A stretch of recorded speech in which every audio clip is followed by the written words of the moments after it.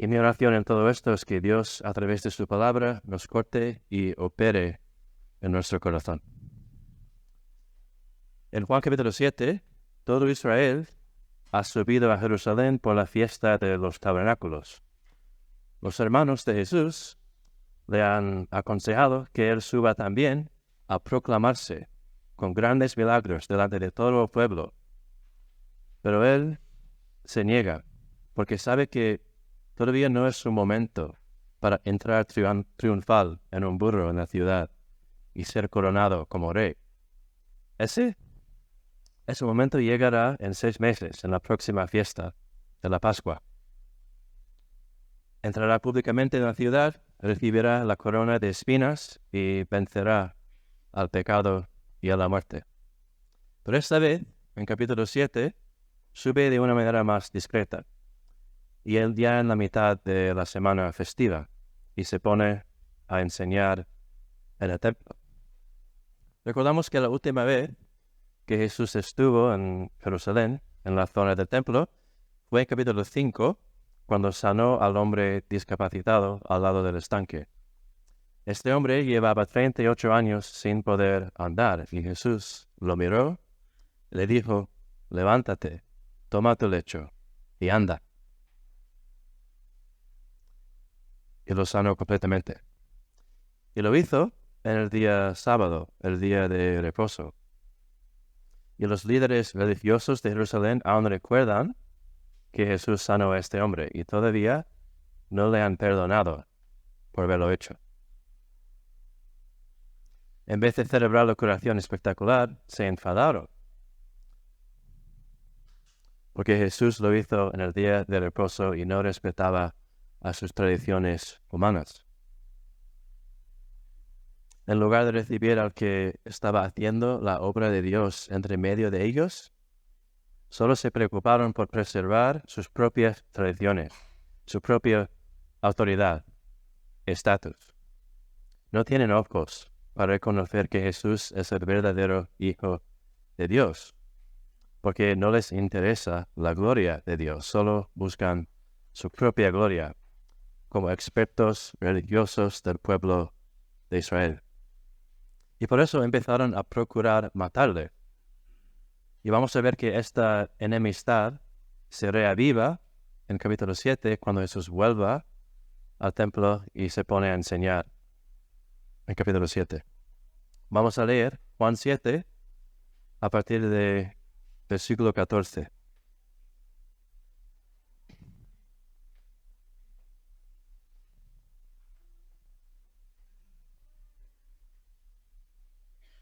Mas a la mitad de la fiesta subió Jesús al templo y enseñaba. Y se maravillaban los judíos, diciendo: ¿cómo sabe este letras sin haber estudiado? Jesús les respondió y dijo: mi doctrina no es mía, sino de aquel que me envió. El que quiera hacer la voluntad de Dios conocerá si la doctrina es de Dios o si yo hablo por mi propia cuenta. El que habla por su propia cuenta, su propia gloria busca, pero el que busca la gloria del que le envió, él es verdadero, y no hay en él injusticia. ¿No os dio Moisés la ley, y ninguno de vosotros cumple la ley? ¿Por qué procuráis matarme? Respondió la multitud y dijo: demonio tienes, ¿quién procura matarte? Jesús les respondió y les dijo: una obra hice, y todos os maravilláis. Por cierto, Moisés os dio la circuncisión, no porque sea de Moisés, sino de los padres. Y en el día de reposo circuncidáis al hombre. Si recibe el hombre la circuncisión en el día de reposo, para que la ley de Moisés no sea quebrantada, ¿os enojáis conmigo porque en el día de reposo sané completamente a un hombre? No juzguéis según las apariencias, sino juzgar con justo juicio. Decían entonces unos de Jerusalén: ¿no es este a quien buscan a matarle? Pues mirad, habla públicamente y no le dicen nada. ¿Habrán reconocido en verdad los gobernantes que este es el Cristo? pero sabemos de dónde es. Es más, cuando venga el Cristo, nadie sabrá de dónde sea. Jesús entonces, enseñado en el templo, alzó la voz y dijo: a mí me conocéis y sabéis de dónde soy. No he venido de mí mismo, pero el que me envió es verdadero, a quien vosotros no conocéis. Pero yo le conozco, porque de él procedo, y él me envió. Entonces procuraban prenderle, pero ninguno le echó mano, porque aún no había llegado su hora. Y muchos de la multitud creyeron en él, y decían: el Cristo, cuando venga, hará más señales que las que éste hace.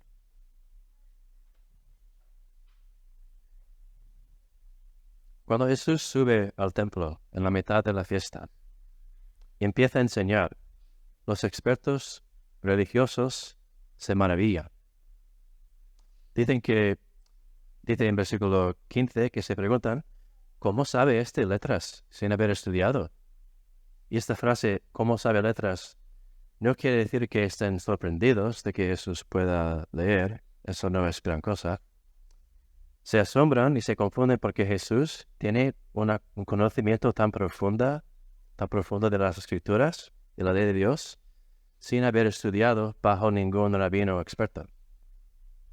Están impresionados, pero también surge una duda. Les hace preguntar: ¿de dónde vienen las ideas que este hombre está enseñando? ¿De dónde saca su teología si no ha estudiado en ninguno de nuestros seminarios? ¿Es que está propagando ideas suyas? ¿Se las inventa sobre la marcha? Pues Jesús oye esta cháchara y les responde en el versículo 16: mi doctrina no es mía, sino de aquel que me envió. No es un hombre solitario, proclamando lo que le da la gana. Jesús repite muchísimas veces en el Evangelio de Juan que en todo lo que hace y todo lo que dice, lo hace y lo dice siguiendo la voluntad de su Padre Celestial. Voy a leer un par de ejemplos, no tenéis que buscarlos, solo escuchar. Juan 6:38 dice: he descendido del cielo no para hacer mi voluntad, sino la voluntad del que me envió. Y luego en 8:26 dice: el que me envió es verdadero, y yo lo que he oído de él, esto hablo al mundo. Jesús no es solo un hombre listo, con pensamientos nuevos e interesantes sobre la ley de Dios. Ha venido en perfecta armonía con la voluntad de su Padre. Sus obras sobrenaturales demuestran que sus palabras son divinas. Pero esto no es la primera vez que Jesús está hablando este tema con los judíos principales. La última vez que estuvo al sanar al hombre discapacitado, en capítulo 5, versículo 36, les dijo: las obras que el Padre me dio para que cumpliese, las mismas obras que yo hago, dan testimonio de mí, que el Padre me ha enviado. Así que, si Dios ha puesto su sello de aprobación en Jesús, y con su poder ha sanado a muchas personas, ha restaurado las piernas del cojo, ha convertido 5 panes en pan para 5,000 de personas y mucho más. Se ha hecho todo esto en el poder de Dios. ¿Por qué los pastores del pueblo de Dios rechazan al que Dios les ha enviado? Es una pregunta clave en el Evangelio de Juan. Es un tema que se saca en casi todo encuentro que leemos entre Jesús y los maestros judíos. Y Juan ha redactado varios comentarios de Jesús que desarrollan una respuesta teológica a esta pregunta. Y vamos a repasar un poco. Empezando con la introducción del libro de Juan, el primer capítulo, versículo 10, Juan nos cuenta: en el mundo estaba, y el mundo por él fue hecho, pero el mundo no le conoció. A lo suyo vino, y los suyos no le recibieron. Luego, en capítulo 3, Jesús habla con Nicodemo, uno de los suyos, un experto religioso. Y Jesús le explica, el que no naciere de nuevo no puede ver el reino de Dios. Los seres humanos necesitamos un renacimiento espiritual para poder ver la realidad de Jesús. Hasta entonces, nuestros ojos están bloqueados. ¿Qué tipo de obstáculo bloquea nuestros ojos? Pues en 3:19 leemos, esta es la condenación, que la luz vino al mundo y los hombres amaron más las tinieblas que la luz, porque sus obras eran malas, y no viene a la luz, para que sus obras no sean reprendidas. Nuestra ceguera espiritual, como seres humanos, no es una discapacidad intelectual, sino moral. No es que nuestras mentes no sean incapaces de entender quién es Jesús y qué significa seguirlo. Es que siendo pecadores no soportamos la idea de someternos a Él. No nos interesa tratar con Dios, a menos que podamos aprovecharlo para nuestro propio beneficio. Encontramos cualquier excusa para descartar la idea de que seamos culpables y evitar la conclusión que necesitemos rendirnos a Él. Es una incapacidad moral. Es parecido a cuando mi hijo de 4 años tiene guisantes en su plato. Odia los guisantes. Y no se lo servimos mucho, pero cuando tiene guisantes en su plato, da igual que luego haya una tarta y le decimos, escucha, cuando te comas las guisantes, te vamos a dar la tarta. Hay lágrimas, protesta, nos ruega que le demos la tarta, pero al final tiene que acabar mirando a los demás comer la tarta porque no puede conjurar la gana de soportar esos guisantes. No puede, es una incapacidad, no de nivel intelectual, sino de nivel de voluntad. Es parecido a nuestra incapacidad espiritual en cuanto a Jesús.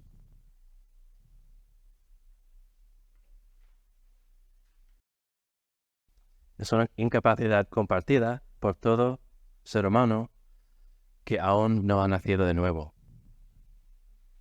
Y Jesús sigue elaborando este tema en capítulo 6, después de alimentar a los 5,000. A pesar de que ha demostrado su poder divino de manera tan increíble, aunque le ha invitado a la gente a poner su confianza en Él y recibir vida eterna, no les apetece nada más que su próxima comida. Y Jesús explica por qué en 6:44. Ninguno puede venir a mí si el Padre que me envió no le trajere, y yo le resucitaré en el día postrero. Como pecadores, somos moralmente incapaces de someternos a Jesús, a menos que Dios mismo intervenga para nosotros y abra nuestro corazón. Aquí hay esperanza. Yo por mí mismo soy una causa perdida. No puedo, pero el Padre puede. Y por eso no es una pérdida de tiempo hablar con la gente sobre Jesús. Aunque como pecador no albergues ningún deseo de acercarte a Dios, cuando te enfrentes con el mensaje de Jesucristo, lo que ha hecho para salvarte, puedes salir sorprendido. Puedes acabar creyéndolo, viendo por primera vez que eso de Jesús es la verdad inescapable. Porque Dios es el que da el renacimiento. Dios es el que tiene la voz que despierta hasta los muertos. Deja que Él haga su parte. Tu responsabilidad y tu oportunidad es responder. te ruego que seas honesto contigo mismo y consideres en serio el mensaje sobre Jesús. Podrías salir nacido de nuevo. Jesús promete, de cierto, os digo, el que cree en mí tiene vida eterna. Cristo te ofrece vida eterna y tu destino depende de cómo respondas a Él. No tienes que acabar como aquellos que rechazaron al Salvador. Pues hemos repasado por qué nuestra naturaleza se opone a Dios y a su Hijo, que somos leales a nuestro egoísmo y no nos nace la gana de recibirlo como Señor si no nacemos de nuevo.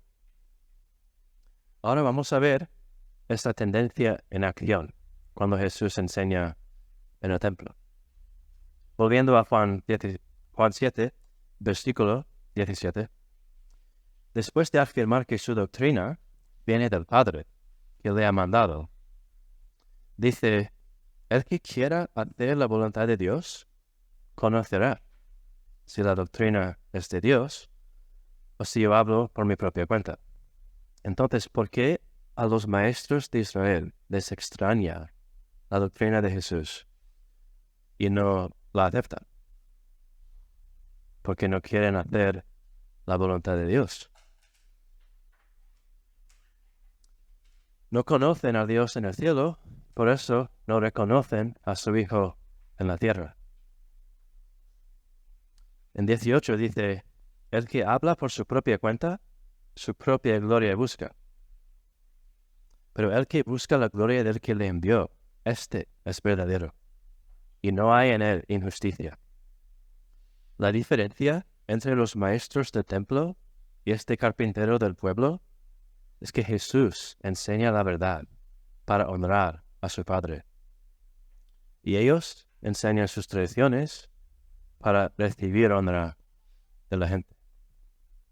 No tienen ningún interés auténtico en agradar a Dios, solo en convencerse a sí mismos y a los demás de que son buenas personas. Posiblemente creen las cosas que están enseñando sobre la ley de Dios, pero a nivel de corazón son ateos. Esta es su incapacidad moral. Dios mismo y su voluntad no es un factor que les mueva. Lo que realmente influye en sus decisiones es cómo se perciben ante los demás. Se alegran y se preocupan por la opinión de la gente. Pero sobre la opinión de Dios, no pierden ningún minuto de sueño. Según sus corazones, es como si Dios no existiera. En Mateo, capítulo 23, versículo 23, Jesús concreta su cargo contra los maestros de Israel. Dice, «Ay de vosotros, escribas y fariseos, hipócritas, porque diezmáis la menta y el eneldo y el comino y dejáis lo más importante de la ley, la justicia, la misericordia, la fe. Esto era necesario hacer sin dejar de hacer aquello. Guías ciegos que coláis el mosquito y tragáis el camello». Eso es lo que hacemos cuando cumplimos con ciertos aspectos de la religión como estrategia para mantener a rayo a Dios. Es como intentar parecer muy ocupado en el trabajo para que el jefe no me moleste. Sigue el versículo 25. Limpiáis lo fuera del vaso y del plato, pero por dentro estáis lleno de robos, de injusticia. Me puedo engañar a mí mismo, e incluso a los demás, pero a Dios no.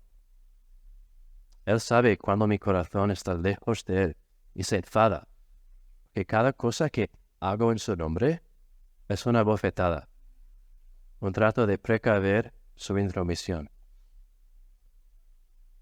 Y esto es lo normal para los seres humanos. tanto en España como en el mundo. La gente tolera las actividades religiosas menos intrusas. Pasos de una sola vez que puede cumplir y luego celebrar que haya quitado a Dios de encima. Bautizan a sus hijos y luego les da igual la voluntad de Dios para sus vidas.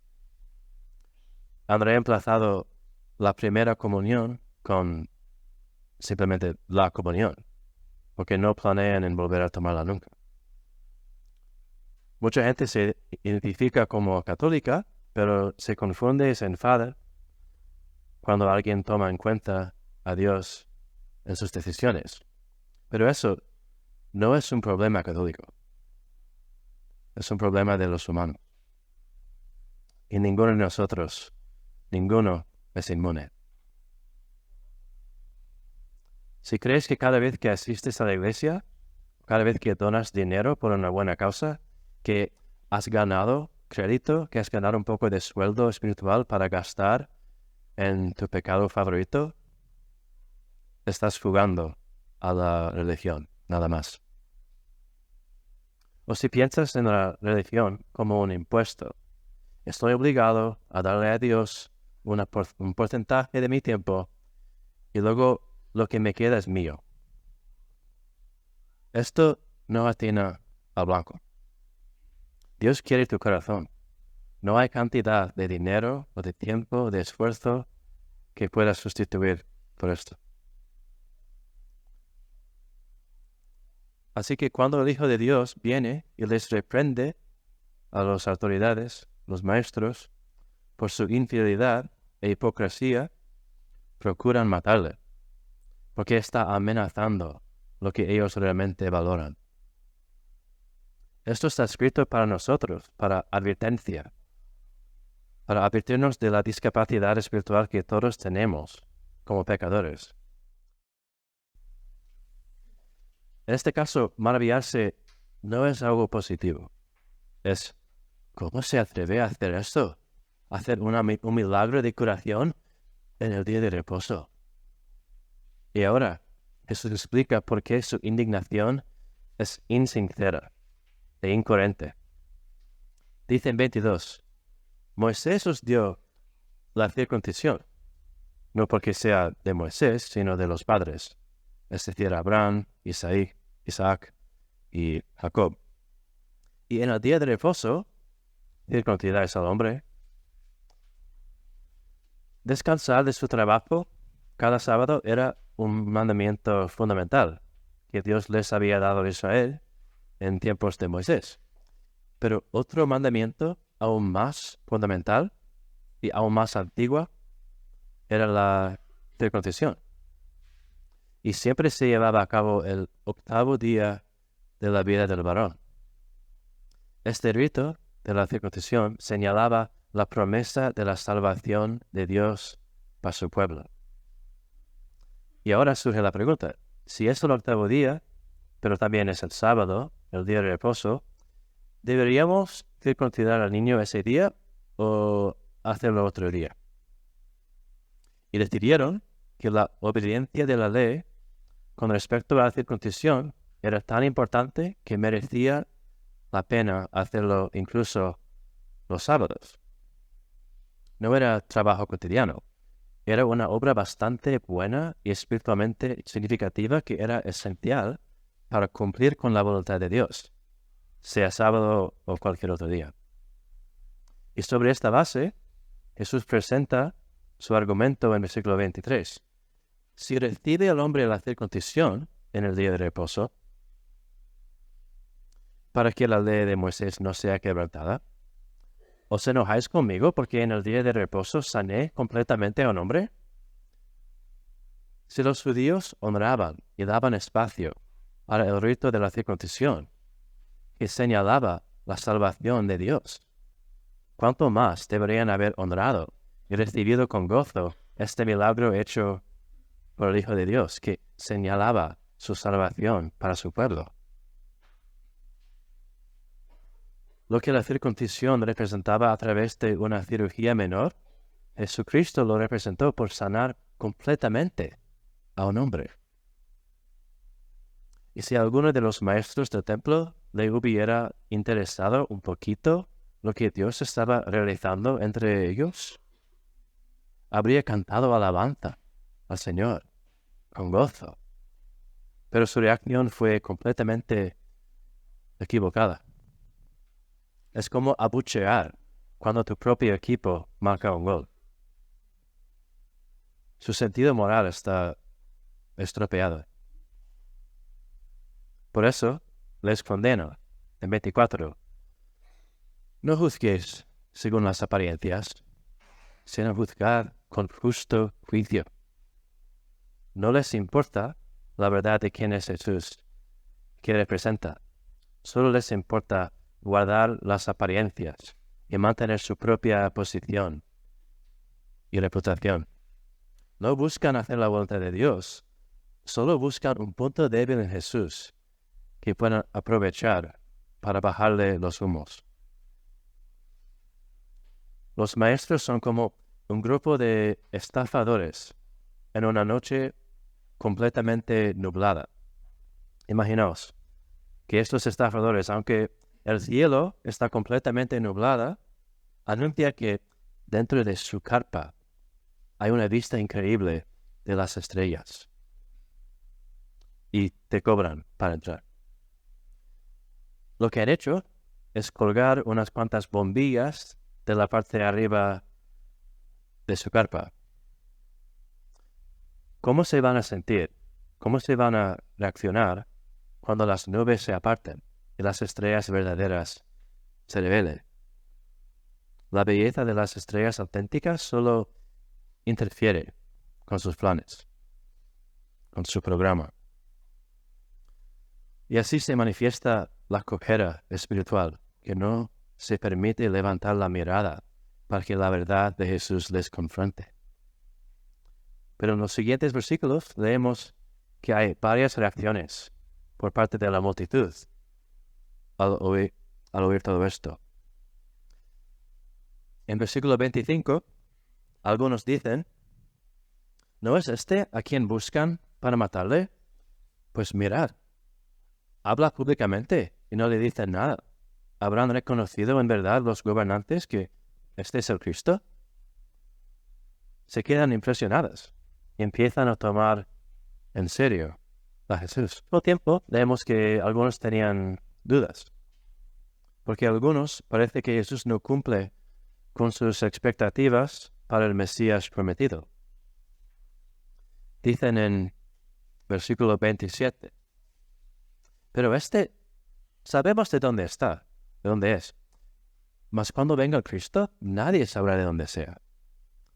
Y este punto es un poco difícil determinar exactamente qué quiere decir esta creencia, porque es poco claro y no viene de ningún texto bíblico. Era algo de ese momento cultural, una creencia popular. Pero considerando el texto, probablemente expresa algo como, cuando venga el verdadero Mesías, irrumpirá de manera poderosa, extravagante y repentina. Pero este Jesús de Nazaret ha llegado a su límite, ya lo tenemos descifrado. No hay más en él de lo que hemos visto. Si solo supieran lo equivocados que están.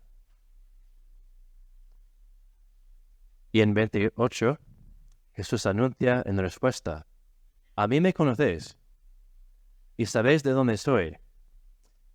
Y no he venido de mí mismo, pero el que me envió es verdadero, a quien vosotros no conocéis. Pero yo le conozco porque de él procedo y él me envió. Ellos solo saben una parte de la historia, lo de Nazaret. Le conocen como el predicador de Nazaret, pero originalmente es del cielo. Le conocen en parte, pero él conoce a Dios y ellos no. Y él es el único puente entre el cielo y la tierra, el único que puede presentarles a Dios.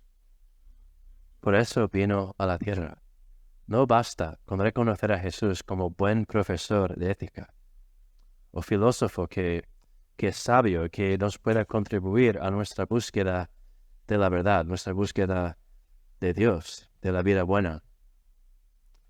Es Dios hecho carne para buscar y encontrarnos a nosotros. Es el camino, la verdad y la vida. Nadie viene al Padre sino por Él. Esta es su identidad real, las buenas noticias para todo el mundo. Vemos una variedad de respuestas a las palabras de Jesús. En versículo 30 nos dice que algunas personas procuraban prenderle para matarle. Pero en versículo 31 vemos que muchos de la multitud creyeron en él y decían, ¿el Cristo, cuando venga, hará más señales de lo que éste hace? Algunos lo rechazan y buscan su muerte, y algunos creen y buscan la vida.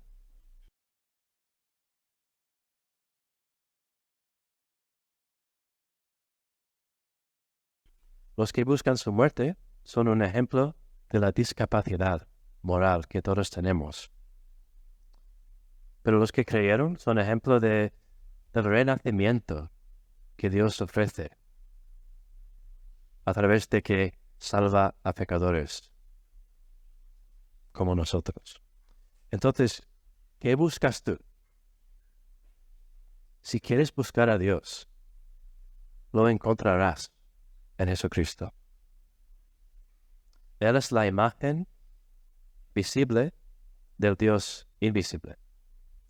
Jesús es el que el Padre ha enviado al mundo para presentarse a nosotros.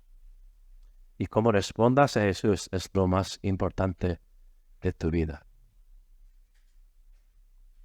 Posiblemente algunos de vosotros todavía os detenéis de comprometeros a Jesús y abrazarlo como Señor. No tanto porque no crees que el cristianismo sea la verdad, pero más porque tenés miedo de que realmente sea la verdad y de qué implicaría esto para tu vida. Tienes miedo de cómo tus prioridades tendrían que cambiarse, de cómo Jesús interrumpiría tus planes si realmente fuera todo lo que la Biblia dice que es. Es posible tener miedo de un cambio, aun si ese cambio es bueno, ¿verdad? Pero si lo piensas de esta manera, no tienes que temer. Digamos que Jesucristo es todo lo que la Biblia dice que es. Entonces, es todopoderoso sobre cada detalle de tu vida, te creó, te conoce mejor que conoces a ti mismo, y aún así te ama tanto que sufrió la tortura de la cruz por ti. Y además, te diseñó y te creó en primer lugar para vivir en un mundo perfecto con Él, bajo su cuidado, para ser salvado por su Hijo.